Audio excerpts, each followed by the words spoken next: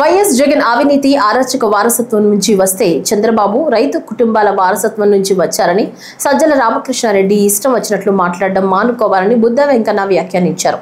ఈ సందర్భంగా మాట్లాడుతూ వైఎస్ఆర్ ఎన్నో ఏళ్లు ప్రయత్నించి చంద్రబాబుని ఏం చేయలేకపోయారని, జగన్ అక్రమంగా జైల్లో పెడితే ఏమవుతుందో ప్రజలు చూపించారని బుద్ధ వెంకన్న విమర్శించారు.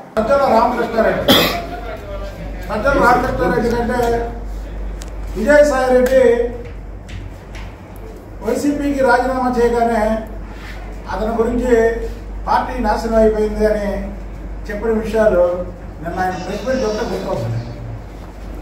బాహుబలిలో బిచ్చార దేవుళ్ళ, రామాయణంలో శూర్పణఖల, మహాభారతంలో శకునుల, వైసీపీలో సజ్జల రామకృష్ణారెడ్డి అని చెప్పకనే చెప్పాడు ఎవరో విజయసాయిరెడ్డి. ఆయన నిన్న చంద్రబాబు నాయుడు గారి గురించి మళ్ళీ అధికారంలోకి వస్తే మేము మళ్ళీ జైలుకి పంపిస్తాం అన్నాడు. సజ్జల రామకృష్ణారెడ్డి వల్ల కాదు కదా, వాళ్ళ అమ్మ వాళ్ళు కూడా చంద్రబాబు గారిని జైలుకి పంపించడం కుదరదు. ఎందుకు కుదరదంటే వైఎస్ రాజశేఖర రెడ్డి ముఖ్యమంత్రిగా ఉన్నాడు, ఎన్నో ఎంక్వైరీలు చేశాడు, ఒక్క అవినీతి ఆరోపణ ఆయన మీద రుజువు కాలే. అలాగే వైఎస్ జగన్మోహన్ రెడ్డి ప్రభుత్వం వచ్చిన తర్వాత ఎన్నో ఫైళ్లు జరిగేశారు ఐఏఎస్లు అందరితో కూర్చోబెట్టి. ఆయన మీద ఏ ఒక్క అవినీతి ఆరోపణలు లేవు. అందుకనే అక్రమ కేసులో అరెస్ట్ చేస్తే ఏమైందో మీకు తెలుసు. 151 నుంచి మధ్యలో 5 తీసి 11 సీట్లకి పరిమితం చేశారు మిమ్మల్ని.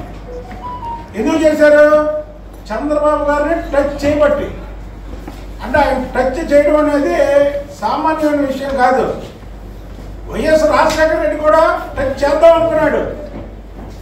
చంద్రబాబు గారిని టచ్ చేస్తే ఏమైందో వైఎస్ రాజశేఖర రెడ్డికి తెలుసు. ఎందుకు తెలుసాయంటే ఆయన కొన్నాళ్ళు కలిసి ఉన్నారు కాబట్టి చంద్రబాబు నాయుడు గారి పవరు, చంద్రబాబు నాయుడు గారి నిజాయితీ, చంద్రబాబు నాయుడు గారి నిబద్ధత వైఎస్ రాజశేఖర రెడ్డికి తెలుసు కాబట్టి ఆయన 5 ఏళ్ళు ముఖ్యమంత్రిగా ఉన్నా సరే టచ్ చేయలేదు. కానీ పిల్లకాకి ఏం తెలుసు, ఉండేది దెబ్బ అన్నట్టు జగన్మోహన్ రెడ్డికి ఏం తెలుసు, లాస్ట్లో టచ్ చేశాడు. చేస్తే ఏమైందో మొత్తం భారతదేశం మొత్తం కూడా చేశారు చంద్రబాబు నాయుడు యొక్క పవర్ ఏంటో.